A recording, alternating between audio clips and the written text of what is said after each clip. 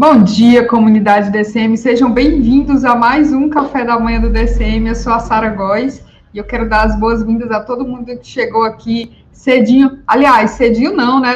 Desde ontem, eu abri o link ontem. Eu queria muito que vocês me dessem esse feedback aí de vocês. O que é que vocês acham de abrir o link assim com bastante antecedência? Eu imagino, assim, a minha experiência como usuária do YouTube é que isso é positivo, porque a gente clica lá em definir lembrete. E aí não fica mais dependendo dessas notificações que a gente quase nunca recebe, né? Que é um sorteio. De qualquer forma, eu queria muito que vocês dissessem aí no chat e depois que o vídeo, que a nossa live acabar, deixa os comentários também aqui que a gente sempre dá uma olhadinha. Beleza, gente? Pessoal, vou fazer aquele merchanzinho básico, né? Agora que eu já dei bom dia, agora vem o golpe. Você que está aí no Facebook e no Twitter, eu sempre faço esse pedido, vem ser feliz com a gente aqui no YouTube, aqui tem muito mais possibilidade de integração. Aqui a gente tem um chat super interativo, onde você pode discutir com as pessoas, você pode tretar com as pessoas, você pode fazer amizades aqui, é bem interessante. Só tem duas regras que eu sempre falo, não pode morder o coleguinha, e não, a não ser que o coleguinha seja bolsonarista, aí pode morder sim. E não pode repetir mensagem, porque trava o chat para mim. Eu sempre peço encarecidamente isso. Você que já está aqui no YouTube com a gente, eu vou chorar só mais um pouquinho. Eu vou pedir 3 coisas que não custam nada para vocês. Primeiro, verifiquem se vocês são inscritos. A inscrição não custa nada, é só clicar lá em inscrever-se. Depois, por favor, estou pedindo aqui de coração, deixem esse like maroto, ou deixem um dislike se você não gostou, porque ele conta como engajamento também. E a terceira coisa, eu vou pedir que você compartilhe essa live nas suas redes sociais, principalmente Facebook e WhatsApp, que são as que mais entregam. Muita gente compartilha matérias do DCM no Twitter e no WhatsApp, mas não conhece o nosso canal. Então, como diz o Pedro Zambarda, apresenta o DCM para um amigo rico e progressista, vai ser sucesso. Agora que eu falei de dinheiro, agora vem o golpe mesmo, gente. A gente tem aqui um plano de assinatura, são 5 planos de assinaturas diferentes, a partir de R$ 2,99, para quem puder ajudar o DCM de forma fixa e mensal. O Leandro é o expert em chorar, então eu vou mostrar rapidamente aqui, vocês tiram um print, depois vocês olham com cuidado e pensem, sobretudo nessa categoria aqui, ó, que é o meu xodó, que é a membro diamante, porque ela coloca vocês em contato direto com os jornalistas do DCM e os colaboradores fixos, como essa coisa mais fofa do mundo aqui, Bem-vindo Siqueira. Então, vou pedir que vocês pensem com cuidado nessa possibilidade. A gente precisa e depende muito da ajuda de vocês, né? Eu sei que algumas pessoas ficam meio arretadas quando a gente fica pedindo dinheiro, mas é o jeito, gente. Tem que fazer isso mesmo. Inclusive, ó, tem essa canequinha aqui do Leandro cuspindo fogo, por causa desse jeitinho calmo dele. Quem quiser adquirir as canecas do DCM, ó, não precisa necessariamente se tornar membro de diamante para ganhar o kit. Vocês podem entrar em contato com a Marília para pedir a caneca. Sim, a nossa loja virtual se chama Marília Business. É loja@dcm.com.br. E para outras dúvidas, inclusive para mudança de categoria, marília@dcm.com.br. Dúvidas fiscais, existenciais, astrológicas, todo tipo de dúvida, marília@dcm.com.br. Eu vi que já teve super sticker aqui, né? O Anderson Tavares mandou um desenho pra gente. Vou pedir que você que está aqui no YouTube, que já curtiu, já compartilhou, já verificou se é inscrito, se inscreveu, se não for, fique mandando superchat para a gente, isso nos ajuda muito. Quando vocês mandam superchat, a mensagem fica em destaque, os nossos convidados acabam debatendo sobre o que você escreveu. Além disso, vocês podem mandar super stickers, que são desenhinhos que a gente super entende a mensagem quando vocês mandam perinhas dançantes, cachorrinhos sorridentes, a gente entende exatamente o que é que você quer dizer com isso. Bom, já fiz, olha que legal, ele mandou outro desenho pra gente. Obrigado, Anderson, você ajuda muito a gente. Agora que eu fiz o meu chorinho, que foi rápido, inclusive, já vou passar aqui pro Leandro. Leandro, bom dia. Bom dia, Sara. Estou muito surpreso e feliz de saber que tem uma caneca. Uma caneca minha também agora, mas ela só existe na sua generosidade criativa, né? Eu estou esperando ela chegar aqui para mim. Meu aniversário é agora, semana dia 18. Pode ser pode ser que, ó, eu não vou comprar.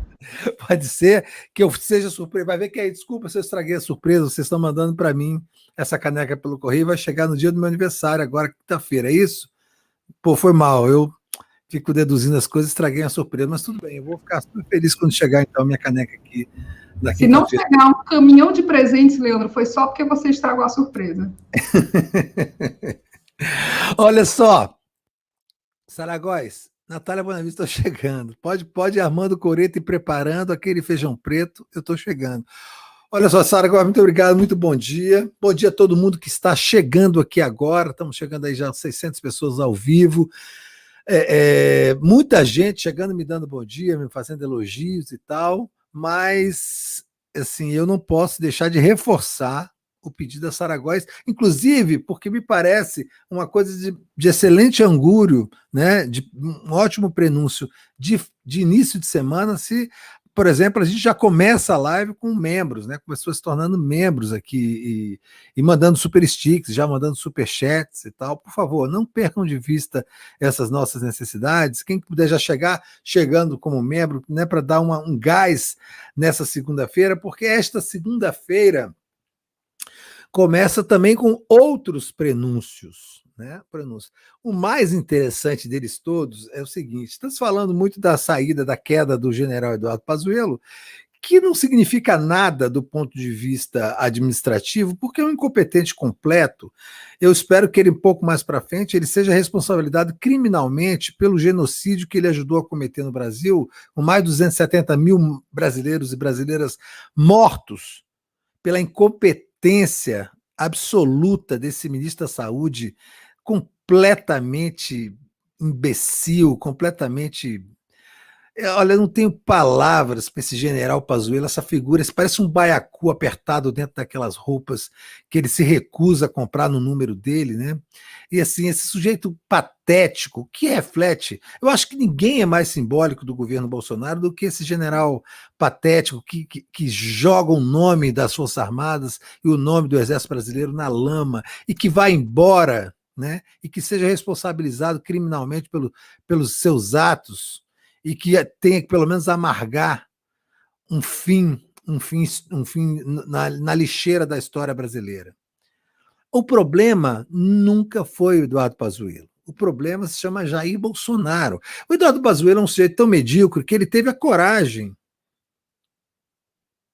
no seu sentido mais infame, de confessar aos secretários de Estado, os secretários estaduais de saúde, de que ele não faz campanha, não fez campanha de vacinas e nem fez campanhas de saúde, porque o Bolsonaro não deixa o ministro da Saúde à frente do comando do gerenciamento de uma pandemia, né, de uma pandemia que já matou, que deve ter matado mais de 400 mil brasileiros, porque 270 mil brasileiros é o nome, é o número oficial. O sujeito está à frente do gerenciamento dessa pandemia e se acovarda e aceita as ordens de um capitão, de um sociopata, que não tem nenhum compromisso com o interesse público, nem com a população, nem com a vida das pessoas, que se excita com a morte. Esse cara, assim, na verdade, não adianta tirá-lo, porque quem é que vai vir para o lugar desse sujeito? Olha, estavam falando o nome de uma. Eu não vou citar os nomes, não, porque eu não gosto de entrar nessa ciranda de nomes, para depois. Tem muitos jornalistas que ficam citando uma cacetada de nomes, como eu adiantei, o nome escolhido foi esse. Não importa o nome das pessoas que estão sendo cogitadas para assumir o Ministério da Saúde, não faz nenhuma diferença para a gente. Porque qualquer pessoa que aceite fazer parte do governo Bolsonaro, não importa os títulos que ela tenha, não importa as faculdades que ela tenha feito, não importa os cargos importantes que ela tenha ocupado, não importa. Qualquer pessoa que aceite fazer parte do governo Bolsonaro não tem caráter. Qualquer pessoa que aceite fazer parte desse governo podre, corrupto e genocida não merece o nosso respeito. Qualquer ação perpetrada por uma pessoa que aceita fazer parte do governo Bolsonaro é uma falsa ação. É uma ação diversionista, é uma ação hipócrita que visa salvar a fachada desse governo genocida. Vocês viram o que aconteceu esse fim de semana? Meia dúzia de gatos pingados, assim, fazendo buzinaço, pedindo intervenção federal. Teve um carro de som em Salvador, assim, Salvador é aquela coisa, né? É minha relação de amor e ódio. Salvador tem pessoas maravilhosas, mas tem uma classe média branca, racista, que eu ouso dizer que é a classe média mais reacionária e mais escrota do Brasil, porque é a classe média mais racista numa cidade absolutamente negra. E essas pessoas, eu fiquei vendo a imagem, aquelas pessoas velhas, caquéticas, de camisa verde e amarelo, nos seus carros, buzinando e pedindo intervenção militar. E passou um trio elétricozinho pequeno lá, na Avenida Oceânica, gritando o seguinte: parem de gastar dinheiro com respiradores. Parem de gastar dinheiro com respiradores, invistam em cloroquina, ivermectina. Essa é a base de sustentação eleitoral de Jair Bolsonaro. Você acha que ele vai contra essa gente, que vai colocar o ministro da Saúde uma pessoa decente, que vai fazer um plot twist nessa história no Ministério da Saúde, que vai passar a defender a vacina e ser contra o tratamento precoce, que não existe, com esses remédios, com esses médicos babacas que ficam fazendo isso? Né? Assim, não há a menor condição, não tem a menor esperança. Vocês acham mesmo? Olhe para o lado, pensem em vocês, façam uma pequena reflexão nesta segunda-feira que se inicia, nessa semana que se inicia. É possível que uma pessoa decente aceite ser ministro do governo Bolsonaro? Seja ela médica, seja ela engenheiro, seja ela militar. Vocês acham possível que, saindo esse general pateta, uma pessoa decente, que tenha coragem de olhar nos olhos dos seus filhos, dos seus vizinhos, dos seus parentes, uma pessoa decente de verdade, pode aceitar ser ministro do governo Bolsonaro? Uma pessoa bem intencionada pode aceitar se submeter a uma figura podre, da boca podre, nojenta, como Jair Bolsonaro? Que diferença faz? Essa discussão sobre o novo ministro da Justiça é bizarra. Esse é um movimento político pedestre, de quinta categoria, vindo de um sujeito que está completamente acuado pela volta do presidente Lula ao cenário eleitoral.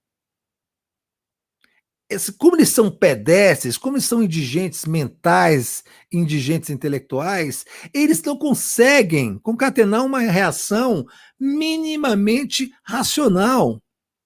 Primeiro, o que eles fazem? Convocam a sua laia, né, os seus cães e suas cadelas de guarda, para entrar nas suas SUVs e ir nas ruas das capitais aí pedindo intervenção militar com Bolsonaro, pedindo fim da compra de respiradores, pedindo, né, intervenção do Bolsonaro nos sistemas estaduais de saúde, fim do lockdown.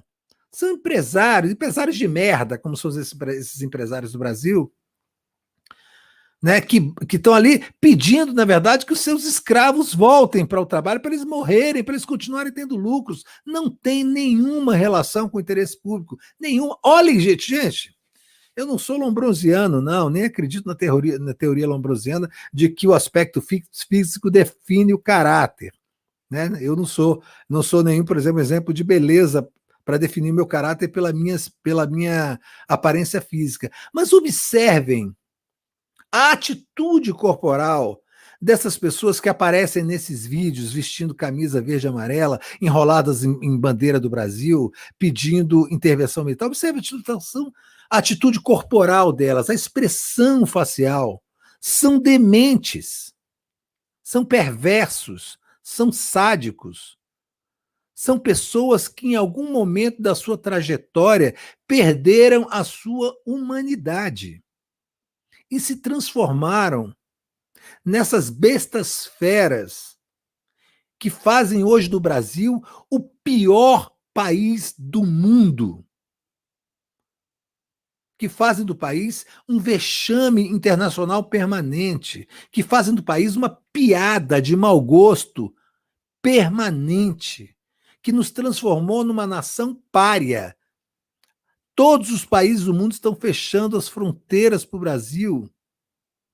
O Brasil é um nicho do novo coronavírus, e como ele circula livremente, ele está desenvolvendo cepas muito perigosas. Essas cepas estão sendo chamadas de cepas brasileiras.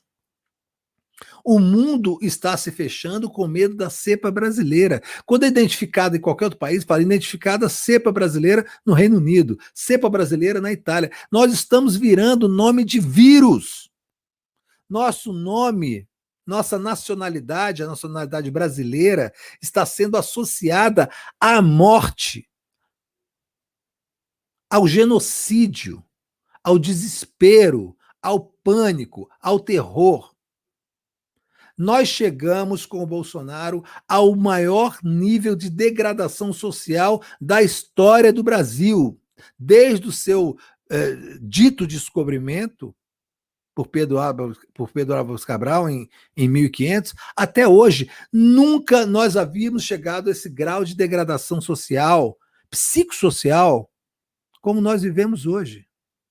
E as pessoas estão discutindo a viabilidade de um novo ministro da Saúde em meio a essa pandemia que possa reverter esse quadro.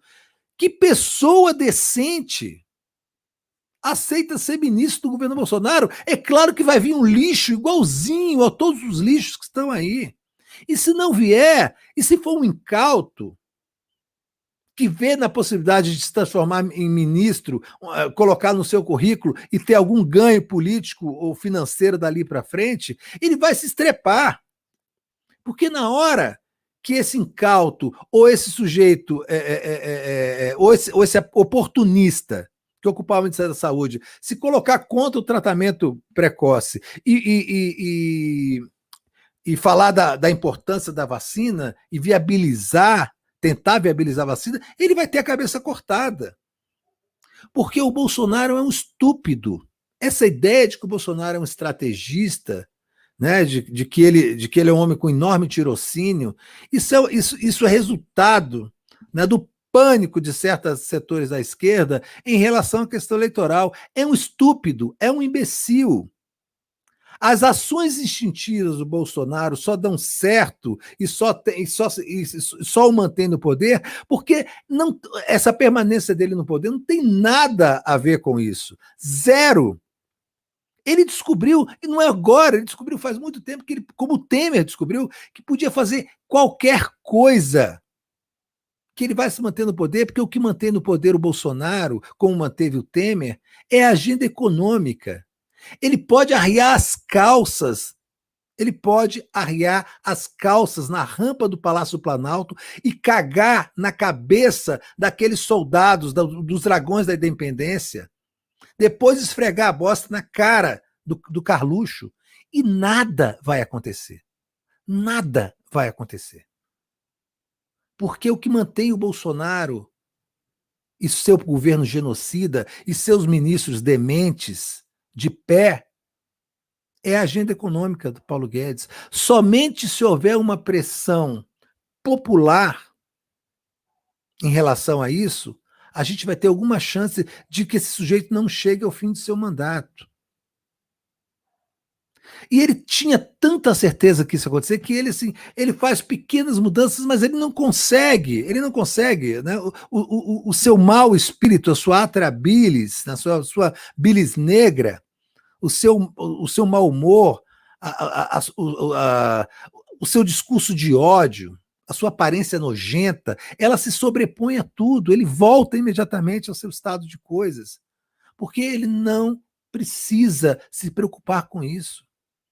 Somente a pressão popular contra a agenda econômica do Paulo Guedes, que é quem realmente manda no governo federal, vai nos tirar dessa merda. Então esqueça essa discussão, por isso que eu não vou discutir nome. Tem uma médica goiana que é do INCOR, tem um médico da Sociedade Brasileira de Medicina, essas entidades médicas que são ultra-reacionárias. Tem o Ricardo Barros, que é deputado do PP, que já foi ministro da Saúde do Michel Temer e quer voltar.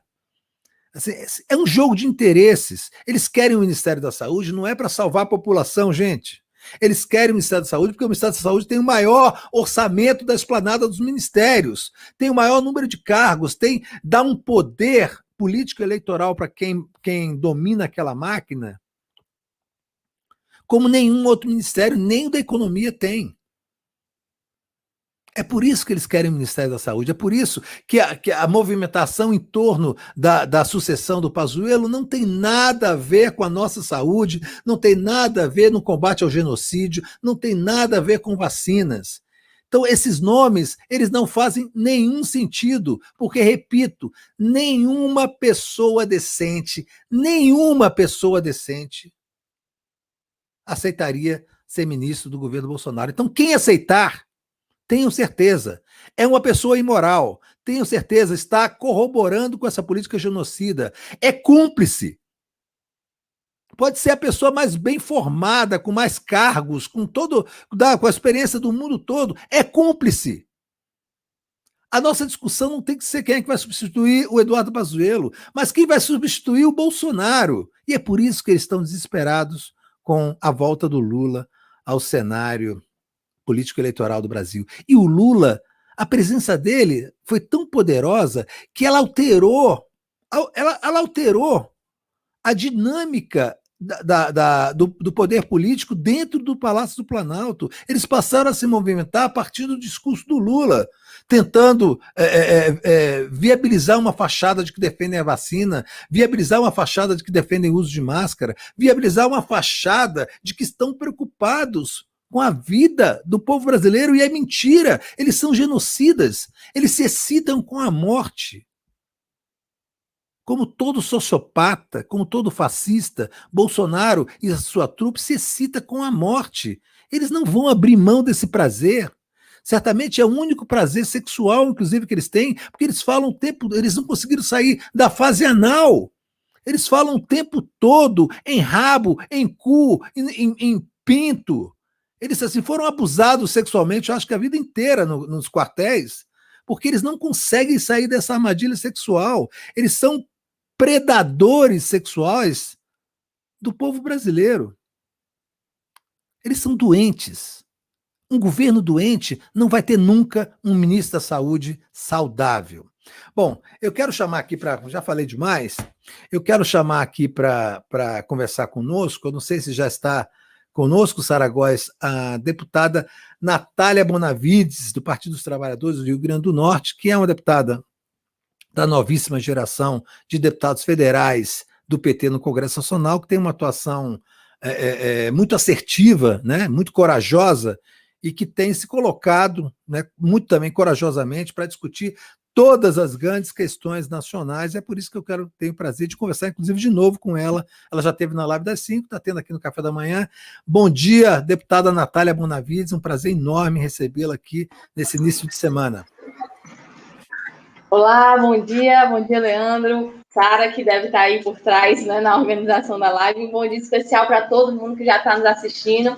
É muito bom começar a semana com vocês, apesar de, né, Leandro, mais uma semana que tem a perspectiva de ser tão dura. Mas simbora, para a luta. Então, eu queria já que você entrasse nesse assunto da questão da sucessão do Pazuello. Estava aqui falando que, para mim, assim, Leandro, não sei, eu não sou o dono da verdade, mas qualquer pessoa que aceitar participar do governo Bolsonaro, por mais qualificada profissionalmente que seja, ela já entra comprometida com um governo genocida. Eu queria muito a sua opinião sobre essa crise Pazuello e se isso se resolve com uma mudança simples de ministro da Saúde. Pois é, Leandro, eu compartilho contigo da ideia de que o problema não é o nome que vai ser titular de uma pasta específica. A questão é que não adianta trocar o ministro da Saúde enquanto o presidente for Bolsonaro. E isso já está devidamente comprovado pelos últimos meses, né? Nós vimos o que aconteceu com Mandetta, nós vimos o que aconteceu com Tais, e nós estamos vendo agora o que está acontecendo com o Pazuello, que, na verdade, é muito alinhado ao governo, né? E que sequer chegou a contestar quaisquer das condutas de Bolsonaro, da cabeça do governo, e a atuação de Mandetta, a atuação de Tais, já provaram que não importa o nome, né? Mesmo sendo eles dois nomes que eram alinhados com a política privatista, né, com uma política de desvalorização do SUS, ou seja, isso eles também tinham em comum com o governo Bolsonaro, ainda assim, naquilo que minimamente eles tentaram fazer em desacordo com o governo, como de expressar qualquer apoio a alguma medida de isolamento social, ou como expressar qualquer questionamento sobre o uso de substâncias como cloroquina, só essas coisas já bastaram para que eles não pudessem permanecer no governo. Então, essa é a verdade. Por mais que se troque o nome agora, por mais que venha uma pessoa que seja um grande profissional da medicina, que em acordo com as recomendações científicas que têm sido adotadas pelos comitês em todos os estados, isso não significa nada, porque essa pessoa não vai sequer conseguir trabalhar nesses termos, porque, afinal, quem comanda o governo não é um ministro, né? O ministro tem que seguir orientações para aplicar uma política que é determinada por cima. Então, eu também não tenho essa esperança, né, de que qualquer nome vá vir dar uma guinada na atuação do governo sobre a pandemia. Nós já vimos que outros nomes não conseguiram dar, e também não acredito que seja agora, além de compartilhar contigo, Leandro. Quem aceita fazer parte desse governo realmente já tem uma predisposição enorme a se submeter a uma linha política que representa a materialização de uma série de atrocidades, né? Então é isso, o Bolsonaro está jogando esses dias, né, com o nome de Pazuello, como costuma fazer antes de uma troca de ministros, mas infelizmente, isso é muito ruim, inclusive, para o nosso povo, que segue morrendo aos montes, e compartilha aí teu desabafo, né, sobre esse tema tão grave, que só se agrava. Eu não acredito que quem quer que venha consiga dar uma guinada na política do governo, porque o problema é o presidente. Ele que tem que cair, não um ministro ou outro. Natália, muito das ações, das últimas ações do governo Bolsonaro, né, dos filhos do Bolsonaro, elas foram imediatamente subsequentes àquele discurso do Lula, que foi um discurso histórico no Sindicato Metalúrgicos de São Bernardo, um discurso que repercutiu internacionalmente, recolocou Lula no cenário político-eleitoral do Brasil de uma forma muito poderosa, embora a gente saiba que ainda há riscos em relação à presença do Lula como candidato em 2022, porque há um imbróglio judicial, né, sendo discutido no STF, que depende de algumas coisas, mas o fato é que a volta do Lula, que o resgate dos direitos políticos do Lula, por conta da decisão do ministro Edson Fachin, jogou o Lula no cenário político eleitoral, e esses caras acusaram o golpe, mas acusaram definitivamente o golpe, e tentaram modificar suas relações com essas questões, sobretudo da pandemia. Eu queria muito a sua avaliação, primeiro, sobre a relação desse discurso do Lula e o impacto eleitoral que ele tem, e se você acha que esse é o momento do Partido dos Trabalhadores já efetivamente trabalhar com a candidatura do Lula, colocá-la assim, colocar aí sim o bloco na rua com o Lula e enfrentar essa turba, que é pequena, mas barulhenta, da extrema-direita brasileira, que foi para as ruas aí pedir intervenção militar e o tratamento precoce para a Covid. Olha, primeiro que isso que aconteceu nessa decisão, restabelecendo os direitos políticos de Lula, e também o discurso que se seguiu a ela, né, essa oportunidade que Lula teve de falar com o povo, eu acho, Leandro, que foi a coisa mais relevante que aconteceu na conjuntura nas últimas semanas, né, e não só isso combinado ao agravamento da pandemia, né, que também traz um grande impacto na conjuntura que a gente está vivendo, de a gente passar a ter recordes atrás de recordes de mortes diariamente, mas somado a isso, né, e essa situação de alteração do status do presidente Lula no cenário político foi muito relevante. Foi muito relevante principalmente por dois motivos, né? Um, pelo efeito que teve na base da esquerda, na base da centro-esquerda, na base dos setores populares, que depois de tantos meses se sentindo quase, não sei com quem tu vinha conversando, Leandro, mas a sensação é que estava todo mundo com muita desesperança, né? Todo mundo olhando para a conjuntura e às vezes se sentindo muito impotente. Então, acho que um dos efeitos que esse momento em que Lula pôde falar com o nosso povo teve de importante foi de mostrar para muita gente que tem saída. E é muito importante que a gente acredite que tem saída, e eu sempre acreditei que tem, porque quando a gente acha que não tem saída, a gente não luta. Né? Se a gente acha que não tem alternativa, a gente se abstém, né, de se organizar, de lutar. Então, esse despertar de esperança foi muito poderoso, né? Acho que foi um impacto muito positivo. Mas é muito importante também olhar qual foi o efeito do discurso de Lula na direita, né? Talvez seja até mais relevante prestar atenção a isso, inclusive. E a gente também vê que foi um discurso poderoso nesse sentido, né? De ter aí uma reação dessa direita que está querendo se apresentar como centro, né? Que de centro não tem nada, né? Esses Dórias, esses Hucks. Imagina, gente, um parêntese rápido, tem gente que diz que Dória é de centro, né? Se esquece que ele, como gestor, é daqueles que joga água na população em situação de rua, que está dormindo, toma cobertor, né, da galera que não tem moradia. Ele é radical, né? É de direita radical, na verdade. Mas, enfim, tem esse setor que gosta de se apresentar como centro, que nitidamente ficou baqueado, né? Na verdade, até para usar as palavras de um deputado do PSDB, o deputado Pedro Cunha Lima, ficou até atordoado, né? Porque viram que, na verdade, no debate político do nosso país, sempre teve em questão ideias à esquerda, ideias mais populares, ideias mais à direita, e quando o Lula está posto de novo no jogo, isso fica mais evidente, né? O quanto as pessoas queriam, sim, sempre buscam, sim, uma alternativa que represente esse ideário. Mas, para além disso, teve a postura de mudança nos membros do governo, né? Isso foi... Acho que a gente até deu algumas risadas, né, sobre isso essa semana, porque de um dia para o outro estava a comitiva de Bolsonaro usando máscara, coisa rara de se ver. De repente estava o senador Flávio Bolsonaro dizendo que a vacina... a arma deles agora. Fizeram o Zé Gotinha miliciano, Leandro. O Zé Gotinha, aquela imagem que sempre foi usada com as crianças, para elas não terem medo. Isso, o cara... O Zé miliciano, é no estilo deles, eles estavam querendo dizer que sentiram, né? Sentiram. Eu não acredito que isso seja duradouro, né? Tanto que logo após, na mesma semana, a gente já viu Bolsonaro detonando as medidas de isolamento social, o filho dele, Eduardo Bolsonaro, deputado, falando deselegâncias, né, para dizer o mínimo, em relação ao uso da máscara.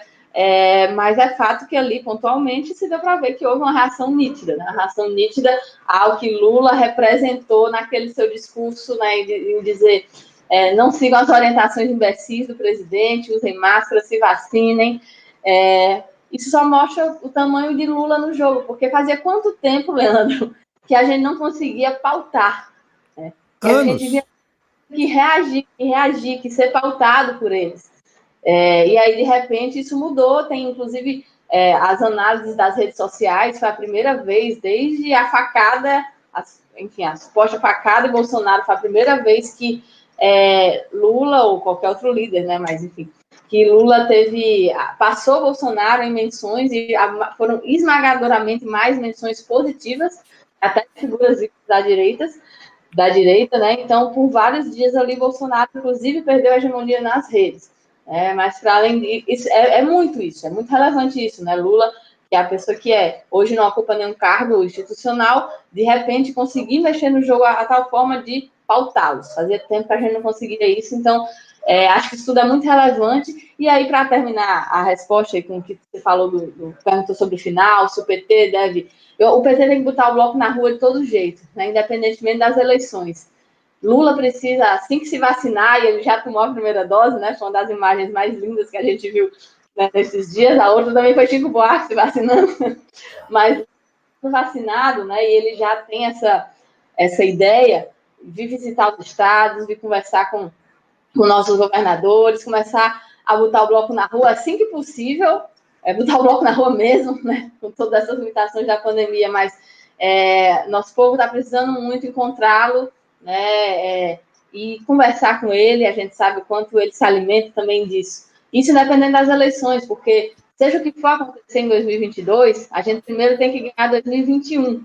A gente só vai chegar em 2022 com condições de ter qualquer vitória eleitoral se até lá a gente tiver construído um outro nível de mobilização, um outro nível de de atuação da esquerda, que a gente ainda não conseguiu, né, que ainda estamos muito na defensiva, ainda estamos muito recuados, inclusive por causa da pandemia, mas não só, a gente sabe que não é só isso, né, senão a reforma da Previdência, por exemplo, não foi aprovada na pandemia, né, a gente já vinha com essas dificuldades de mobilização antes dela.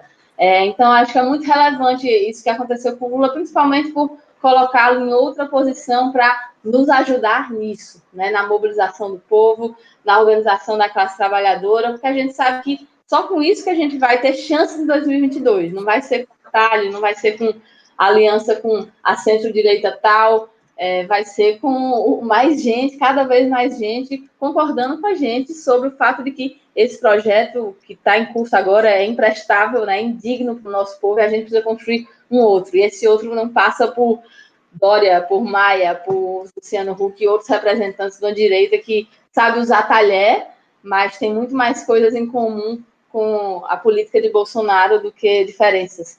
Então, acho que é por isso que é tão relevante, né, que Lula possa se colocar nesse outro patamar agora, porque independente de 2022, a gente tem muitas tarefas para esse ano, para chegar em 2022 em outra posição e mais fortalecidos. Natália, achei uma coisa que eu achei interessante na presença e no discurso do Lula, no evento em si, bom, você pode até avaliar isso muito melhor do que eu, por isso até que eu queria te fazer essa pergunta. Me parece que o Lula foi finalmente apresentado, até pela repercussão daquele discurso, a repercussão do evento em si, no Brasil e no mundo, ele foi apresentado a uma nova geração de brasileiros, uma geração mais jovem de brasileiros, que não conheceu o Lula, que era criança ou adolescente quando houve o golpe de 2016, mas que agora está com 18, 19, 20 anos, e que de repente se viu apresentada aquela figura que até então era demonizada pela mídia, demonizada pela classe média, pelos seus parentes, pelo entorno do qual ele vive, principalmente isso dentro da classe média. E de repente apareceu esse cara e ele causou um impacto tremendo. Né? Eu vi até algumas pessoas falando que o Lula deveria falar mais, aparecer mais, mas eu acho até que não deveria falar mais, deveria ficar, aquele discurso, ele tem que continuar reverberando para que as pessoas entendam palavra por palavra do que foi dito ali e a dimensão daquela presença política. Eu queria te perguntar uma coisa. Você acha possível, a partir da volta do Lula para o cenário político eleitoral, se reeducar uma parcela enorme da população brasileira que foi envenenada com as informações da Lava Jato, com a ação da mídia de demonização, não só do PT, mas das esquerdas em geral? Eu acho que contribui muito, Leandro. Eu acho que o fato dele, por exemplo, ele mesmo comentou na coletiva que fazia muito tempo, ele até provocou a jornalista do Valor que estava lá, né, dizendo, podem me chamar, né, podem me chamar para dar entrevista agora que eu vou. Ele disse que fazia muito tempo que ele não ocupava esses meios hegemônicos de comunicação. Né, as entrevistas que ele vinha dando eram majoritariamente em portais, inclusive como o DCM, que ajudaram muito na luta por esse tempo todo, né, de Lula livre, Lula inocente, inclusive dando espaço para ele conversar com o povo, mas fazia tempo que ele não conseguia sair na mídia, né, por exemplo, na mídia tradicional, na mídia hegemônica. Eu acho que, sem dúvidas, tem impacto, né, quando ele pode falar direito com o povo, ele é uma figura muito potente, né, o discurso dele é muito potente, até quem nem se alinha com as nossas ideias, às vezes não consegue não se balançar, né, ao ouvi-lo falando. Mas isso não vai ser, só isso não basta, né? Digamos assim, só Lula poder falar não basta. Isso que a gente vai precisar fazer para desconstruir, como você mencionou, tudo que a Lava Jato fez de criminalização, de demonização, isso vai depender de todo mundo, né? Vai depender de todos nós que se situam nesse espectro da esquerda, né? do campo progressista, enfim, da defesa dos interesses populares, porque foi uma operação muito poderosa, né, que foi feita, só que o enraizamento popular que tinha o PT e que tinha Lula, que foi construído com anos e anos de atuação, né, as pessoas como Ciro não entendem isso, mas é assim que foi, era tão forte que, apesar de tudo que aconteceu, né, o PT seguiu de pé, Lula seguiu está e segue no jogo, inclusive eleitoral. E esse enraizamento, ele é tudo, sabe? Ele vai além do discurso de uma pessoa só. E foi ele que a gente perdeu um pouco, né, nos últimos anos, não é à toa o resultado das eleições de 2018, e retomá-la é nossa tarefa fundamental para agora. Aqueles velhos ditames da época da fundação do PT, que eu repito sempre, cada local de trabalho, cada local de estudo, cada local de moradia, todos esses locais são locais para a gente fazer o tal do trabalho de base, para a gente conversar com as pessoas, né? Então, a gente vai, junto com o Lula, e Lula fortalece muito essa tarefa, né? Nos ajuda muito, e o seu discurso tenha mais potência e amplificação, mas uma mudança mesmo, né, nessa perspectiva vai vir desse trabalho de formiguinha diário, que é o que, inclusive, pode nos chegar a derrotar o projeto em curso genocida de destruição. Natália, tem uma notícia aqui que eu queria ler para você, se é que você já não sabe, mas é porque ela está num site que eu acompanho, que eu gosto muito, que se chama Come Ananás, né? Que a notícia está prestes. É um site de orientação esquerdista, comunista, marxista, mas que é muito bom do ponto de vista jornalístico, mas não, e além de tudo, é muito bom do ponto de vista jornalístico, ele diz o seguinte, é uma notícia sobre uma declaração do presidente da Taurus, essa indústria de fabricação de armas, de revólveres, de pistolas, que ele está dizendo o seguinte, que se a esquerda voltar ao poder, vai haver uma correria pela compra de armas de fogo. Ao mesmo tempo, se ressuscitou aquele discurso de 1989, que se o PT fosse eleito, se o Lula fosse eleito em 89, 800 mil empresários fugiriam do país. Está se criando, né, assim, com esse tipo de declaração, com essa movimentação junto com a mídia, está tentando se recriar um ambiente de terrorismo econômico, dizendo o seguinte, que a vitória do Lula, que é uma coisa engraçada, porque o Brasil nunca foi tão bem economicamente como foi no governo Lula, na sua história completa da República. Está dizendo que se o Lula for eleito, se o Lula for candidato, o Brasil, a economia brasileira vai para o fim, as pessoas vão se armar porque elas vão querer defender a sua liberdade, essa estupidez, né, que a gente já conhece. A questão da comunicação nesse sentido, a meu ver, né, é fundamental para fazer a contraposição a esse movimento. Eu queria saber de você o seguinte, existe um plano dentro do Partido dos Trabalhadores de viabilizar, de fato, uma contraofensiva para essa narrativa que já se monta de que o efeito Lula vai ser danoso para a economia brasileira?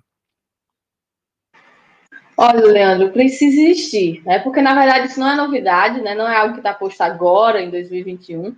Isso é histórico. Né? A cada vez que Lula foi candidato às eleições presidenciais, desde 89, houve esse discurso anti-esquerda, né, que tem todos os resquícios do anticomunismo que foi posto na ditadura militar, e eu acho que, inclusive, daqui a pouco a gente vai conversar, né, sobre esse tema da ditadura militar. E sempre, por isso que agora antes eu havia falado que tem esse setor da direita que gosta de se apresentar como democrática, mas que na verdade tem muito mais em comum com o projeto de Bolsonaro do que diferenças. Não é à toa a gente ter visto tantos editoriais, o Estadão é um exemplo deles, que não tem dúvida, né? O que aconteceu com o Lula agora para eles é algo negativo, né? Se Lula está de novo no jogo, isso é algo perigoso, e eles não vão ter dúvidas mais uma vez em 2022, se é que, infelizmente, o governo Bolsonaro dura até lá, a gente precisa fazer de tudo para que não, né? Mas eles não vão ter dúvidas em 2022, estando posta novamente uma opção democrática que respeite a Constituição, mas que se posicione à esquerda, principalmente em relação à política econômica.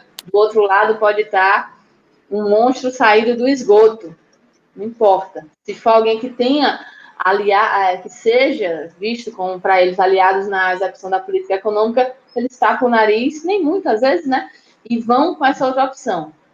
Isso foi o que foi feito com o Bolsonaro, gente. Não tem nada que esteja acontecendo agora que seja novidade em relação ao Bolsonaro. Não tem, nunca foi surpresa que ele era um autoritário que elogiava o torturador e que não se importava com a vida das pessoas. Isso sempre teve posto, não foi pós-2018, né? E naquele momento, esse setor, que aí inclui essa parte, né, da mídia hegemônica, eles não hesitam, né? Eles têm sua opção muito, muito nítida. E agora, de novo, né? Por isso que eles alimentam sempre, inclusive essa parte da mídia alimenta sempre esse discurso, que é um discurso anti-esquerda, que não atinge só Lula, que não atinge só o PT. Isso é bom ficar sempre bem expresso, né? Para a gente lembrar que o ataque a Lula, o ataque a PT não é um ataque pessoal a Lula, nem ao CNPJ do Partido dos Trabalhadores, mas a todo o ideário de esquerda e de defesa das condições de vida da classe trabalhadora. Quando a gente entende isso, a gente percebe que é questão de classe, né? Nós seremos sempre um campo a ser derrotado, né? Nós seremos sempre um campo que é visto como inimigo, que quanto mais fora do jogo tiver, melhor, né? É por isso que a mídia faz isso agora de novo, e vai caber a nós, sim, né, fazer a defesa de que o programa que é defendido pelo Partido dos Trabalhadores, na verdade, é o programa que traz dignidade para a classe trabalhadora. A Taurus, o governo Bolsonaro é tão entreguista que até uma empresa como a Taurus é prejudicada no governo dele, porque é uma empresa brasileira, né? Fabricar armas é uma empresa brasileira, e as medidas dele estão sendo de deixar mais fácil a importação, né, para arma estrangeira vir para cá mais barato. Então, ainda assim, eles se aliam, né, a esse campo, porque sabem que a defesa que eles fazem, né, de desarmamento e etc., representa para eles uma possibilidade, querendo ou não, de maiores lucros. Então, Leandro, a gente precisa, sim, fortalecer, né, por isso aquela ideia de cada vez ampliar o diálogo com o povo e de Lula ajudar nisso, para lembrar, né, quando é que a vida do povo foi melhor, quando é que o povo comprou mais comida, quando é que o povo, enfim, pôde ter acesso a mais direitos, né? E não foi certamente sob nenhum governo da direita. E é isso que precisa ser dialogado e trabalhado nesse momento. Olha só, outra narrativa que está se formando na mídia, não é nova, mas está ganhando mais corpo, mais musculatura, é de estabelecer uma falsa simetria entre Bolsonaro e Lula, que seriam os extremos, e que, portanto, é preciso buscar um nome de centro. Eles têm algumas opções, todas fraquíssimas, né? O Sérgio Moro, que é um cadáver putrefato a céu aberto, o Luciano Huck, que é um idiota completo, e enfim, estão procurando Mandetta, o Ciro Gomes pode ser uma opção, enfim, mas a chamada teoria da ferradura, né, de que os extremos vão acabar se encontrando pela proximidade da sua radicalização, ela está sendo montada para tentar colocar o Lula como o outro lado da moeda do Bolsonaro. Eu tenho dito aqui, Natália, que depois daquele discurso, para quem não sabia, ficou claríssimo da dimensão entre os dois personagens. Um é um gigante da política, um estadista, o outro é um homúnculo, um rato. Só que a mídia quer comparar esse gigante a esse rato de qualquer maneira para poder estabelecer uma alternativa de centro para ela se recolocar no poder. Porque o Bolsonaro, na verdade, não é a mídia do poder. O Bolsonaro são os neoliberais no poder no seu sentido mais selvagem, mais violento. Né? Eles chamam a Globo até hoje de Globo lixo, embora a Globo o apoie, né, apoie a agenda econômica, faça críticas aos seus maus modos, mas apoie integralmente a agenda econômica. A Globo é inimiga do Brasil, sempre foi e vai sempre continuar sendo, apesar de algumas pessoas estarem já um pouco efusivas, né, porque saiu uma edição do Jornal Nacional mostrando o discurso do Lula e tal, mas isso eles fazem para manter uma fachada, eles vão se aliar ao Bolsonaro se for preciso de novo. Isso não tem nenhuma dúvida para mim em relação a isso. Mas eu queria voltar à pergunta, é o seguinte, como é que a gente desmonta essa bomba, né? Desmonta essa narrativa de que Lula e Bolsonaro fazem parte são opostos da mesma moeda. É radicalizando ainda mais a esquerda ou é tentando fazer um discurso conciliador, levando o PT, as candidaturas de esquerda, mais para o centro? Natália está montada. Pronto, deu certo.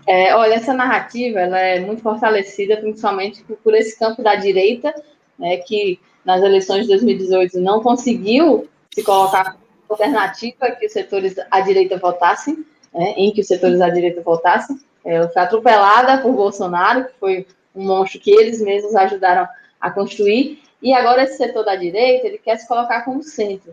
Para você ver, até antes o termo centrão ele tinha ele soava mais pejorativo, não sei se vocês lembram. E agora o termo centrão, eles foram trabalhando, fizeram até peça publicitária, né, para deixar o termo centrão como se fosse um setor moderado, né, um setor que lá no parlamento dialoga com todos os lados e se coloca ali no espectro do centro da política. Essa é a primeira coisa a ser desmistificada. Né? Quem é hoje essa liderança de centro no Brasil? É Dória?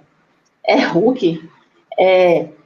São de centro ou não são de centro, né? Não são de centro. Inclusive, quando postas, como falamos já aqui agora, como postas para decidir entre a defesa da democracia e a defesa do projeto econômico que eles defendem, eles não têm dúvida. Eu falei aqui das eleições de 2018, mas podia ter falado do golpe contra a presidenta Dilma, né, que esse setor não teve o menor pudor, né, em jogar a democracia na lata no lixo quando posto para escolher isso. Então, esse discurso, né, essa teoria da ferradura que quer igualar Lula e Bolsonaro, que quer igualar o projeto do PT com o projeto bolsonarista, ele é bem absurdo, né, porque, na verdade, ele está colocando no mesmo patamar, como se fossem igualmente ruins, extremos ruins, alguém que defende tortura, alguém que defende golpe militar, alguém que defende o desmonte de todos os serviços que dão à classe trabalhadora acesso a direitos, e alguém que sempre jogou dentro dos marcos da democracia, que sempre jogou dentro dos limites que a própria Constituição coloca, alguém que fez todo um esforço para construir, fortalecer a cadeia de serviços públicos que garante direitos da classe trabalhadora. Então, é incomparável. É incomparável. Tem gente que fica, vocês são muito radicais em algumas coisas, tem que ser mais moderado. Mas me diga uma coisa, qual é o meio termo, assim, entre quem defende a tortura e quem não? É defender um pouquinho? Qual é o meio termo entre defender ideias racistas e ser antirracista? É razoável? Um pouquinho de racismo é razoável? Então é surreal, né? Que queira colocar valores nesses termos, né, que a gente está pondo aqui, como se fossem antagônicos e como se a radicalidade sobre esses dois lados fosse algo negativo. E aí eu venho agora sobre isso da radicalidade, né? Eu acho que cabe a nós, mais do que nunca nesse momento, defender com radicalidade essas ideias, né? Essas ideias de defesa dos direitos da classe trabalhadora, porque o que nós vimos em outros momentos é que quando a gente abre mão dessa defesa, ganha muito mais espaço esse arenão, né? Esse espectro da política que é da direita, que tem, de novo, muito mais em comum com o Bolsonaro do que diferenças, e a gente viu isso acontecer agora, né, no começo do ano. Depois das eleições municipais, esse setor saiu muito fortalecido, e aí vai nas eleições da mesa diretora, a esquerda decide apoiar um desses candidatos, né, da direita que se diz democrática, apesar de não ser, né. E o resultado é fortalecer esse campo, né? Anular a esquerda do debate, tirar o protagonismo da gente e interditar a nossa possibilidade de conversar com o povo para defender essas ideias, né? Então, eu acho que cabe, sim, né, uma defesa com mais radicalidade das coisas que são certas, né, que são justas, que são as coisas que nós sabemos que só defendendo-as nós vamos ter um momento de o Brasil ser feliz de novo, né? Um momento de construção, de reconstrução da dignidade da classe trabalhadora. Então, eu acho que é isso, Leandro. A gente tem que combater essa teoria, primeiro, de que esse pessoal que se diz de centro hoje seja de centro, eles são de direita com muita radicalidade, inclusive, eles defendem um programa muito radical, eles fazem isso todos os dias lá na Câmara, radical para o que de acordo com a sua ideologia, e é incomparável, né? É um absurdo se comparar um projeto autoritário com um projeto democrático, como se ambos demais fossem ruins. Não tem nada mais radical do que eu sempre falo, não tem nada mais radical do que o teto de gastos. Que coisa mais radical do que isso? É o neoliberalismo. É o neoliberalismo radical. Não tem nada mais radical. Não, o que eles estão fazendo, no geral, o sentido da política econômica está sendo como liberar mais o orçamento público para banqueiro e tirar, como diria Lula até, né, tirar o pobre do orçamento público. Isso é bem radical. E eles defendem sempre sob a pecha de centro. Absurdo. Pois é, não existe centro. Natália, eu vou te pedir só licença um minutinho, porque eu vou dar aquela pausa para fazer aquele choro aqui, para pedir recursos, para pedir grana, para pedir ajuda para o Diário do Centro do Mundo. Porque eu sempre falo que é o seguinte, que enquanto a gente não tiver um governo socialista e não tivermos tomado o Palácio do Inverno, a gente precisa de dinheiro para manter a nossa revolução de pé. Então, eu vou pedir para a Sara, agora já botou aqui o nosso selinho da campanha Leandro Esperança, né? Lembrando que dia 18, quinta-feira, é meu aniversário. Eu fico um pouco ansioso, um pouco histérico quando vai chegando o meu aniversário, eu vou anunciando ele para a família, para os amigos, para todo mundo, para o sujeito que entrega aqui coisa aqui na porta para o correio, para o carteiro. Eu sempre falo, quinta-feira é meu aniversário, mas eu já vou deixando aqui essa expectativa para que no dia do meu aniversário a gente comece já a nossa live com uma chuva de membros, novos membros aqui, maravilhosos. Por falar nisso, eu vou até colocar o cardápio de membros aqui, por favor, Sara Góes. Está aqui o nosso cardápio de membros. Lembrando que para se tornar membro, você pode se tornar membro básico, que custa R$ 2,99 por mês. Então, por favor, pensem agora, hoje é dia 15, todo mundo já recebeu o salário, claro, quem está empregado, que você pode tirar R$ 3 do seu orçamento e colocar aqui para a gente como membro básico, que já dá uma super ajuda, a gente ganha por escala. Se muitas pessoas se tornarem membros básicos, nós vamos ter a nossa receita, né, a nossa receita fixa, que nos garante várias salvaguardas. A primeira delas, claro, é a nossa necessidade de manter as atividades do DCM funcionando.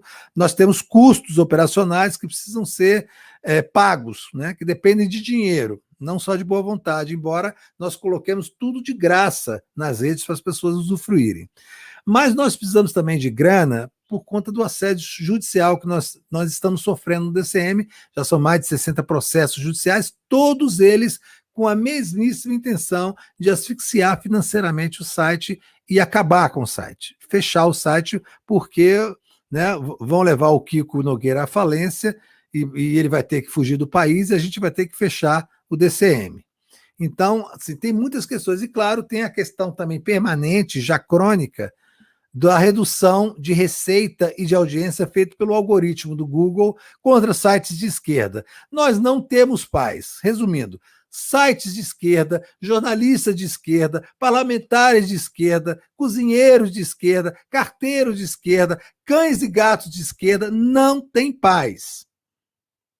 A esquerda nunca teve paz. Aliás, é isso que nos estimula a continuar a luta, porque nós nunca temos paz.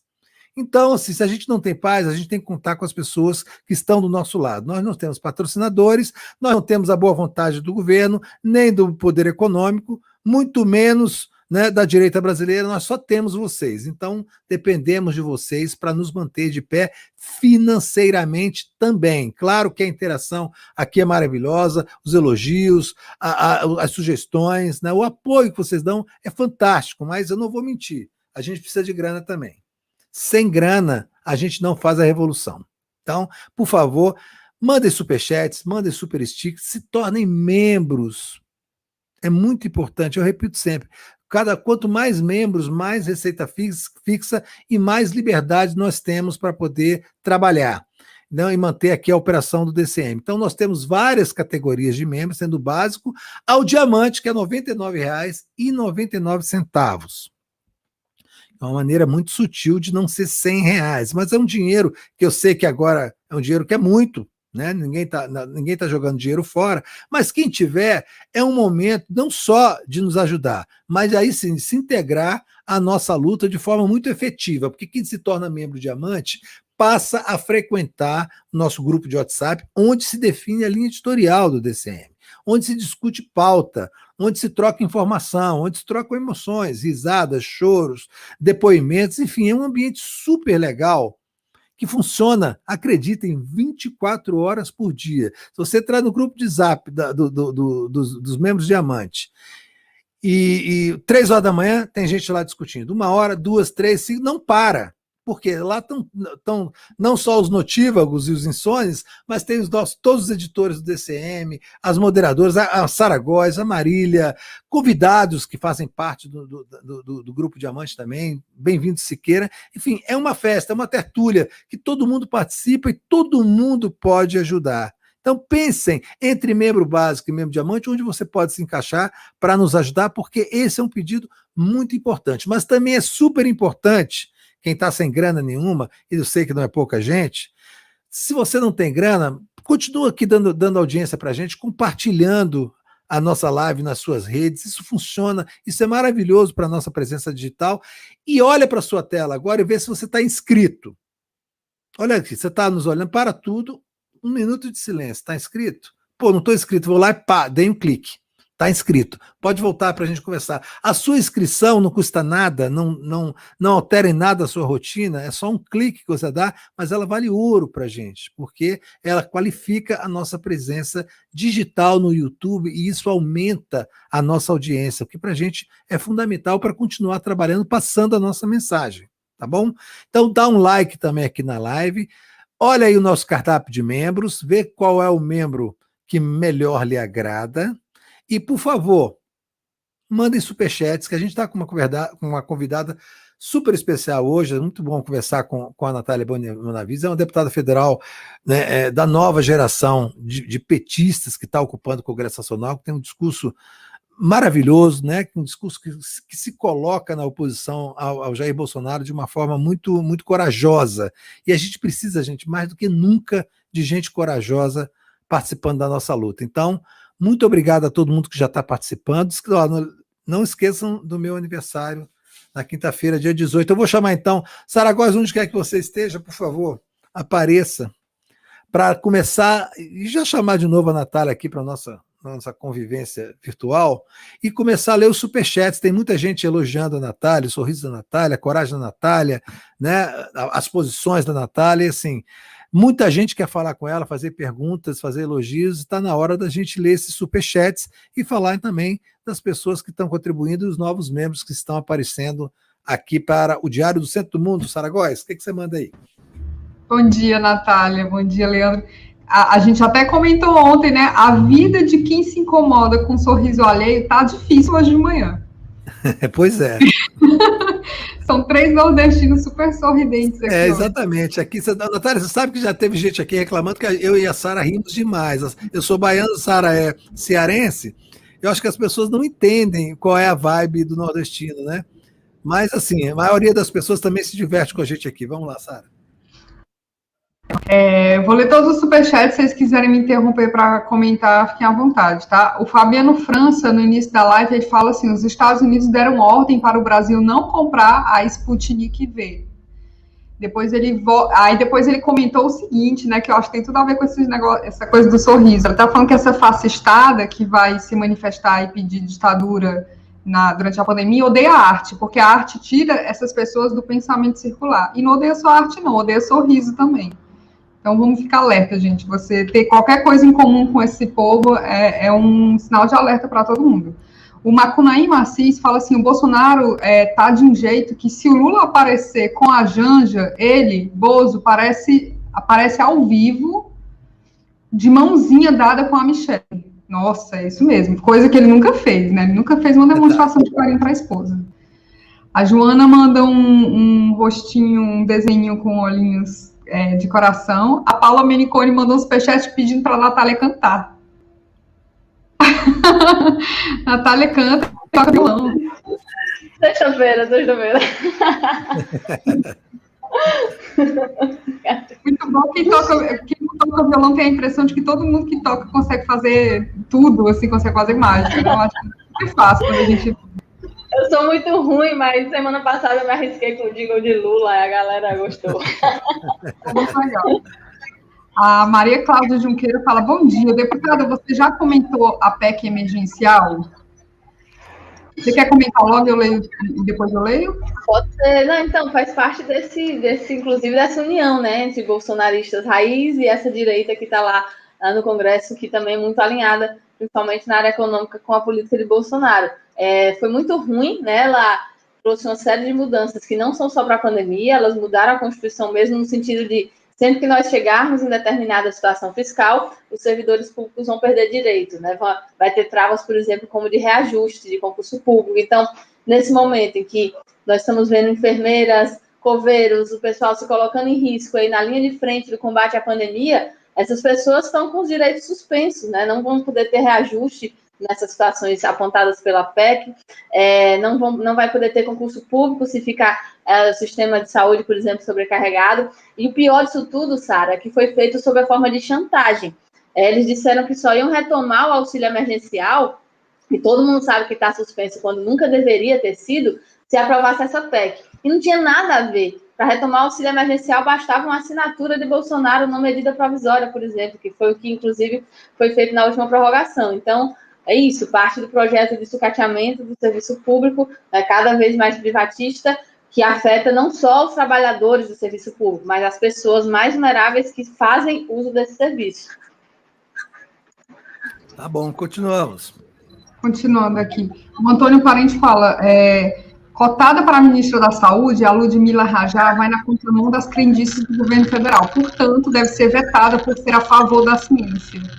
O Gilberto Geraldi fala, o terrorismo executivo da Taurus tem o mesmo objetivo do de Mauro Amato. Então, a resposta do Lula na ocasião vale para o da Taurus. A Rosângela Sabino fala, eu vou dar 50 antecipado pelo aniversário do Leandro Portes. Parabéns, Leandro. Muita saúde física e mental para derrotar esse governo fascista. Ó, lembrando que é antecipado, hein? Meu aniversário é só quinta-feira, dia 18. O Ivo Miranda Gomes manda uma perinha aqui, fazendo um gol pra gente. Valeu, Ivo. O perfil Labamba72 manda o superchat, não disse nada, mas a gente super entende o que você quis dizer com isso.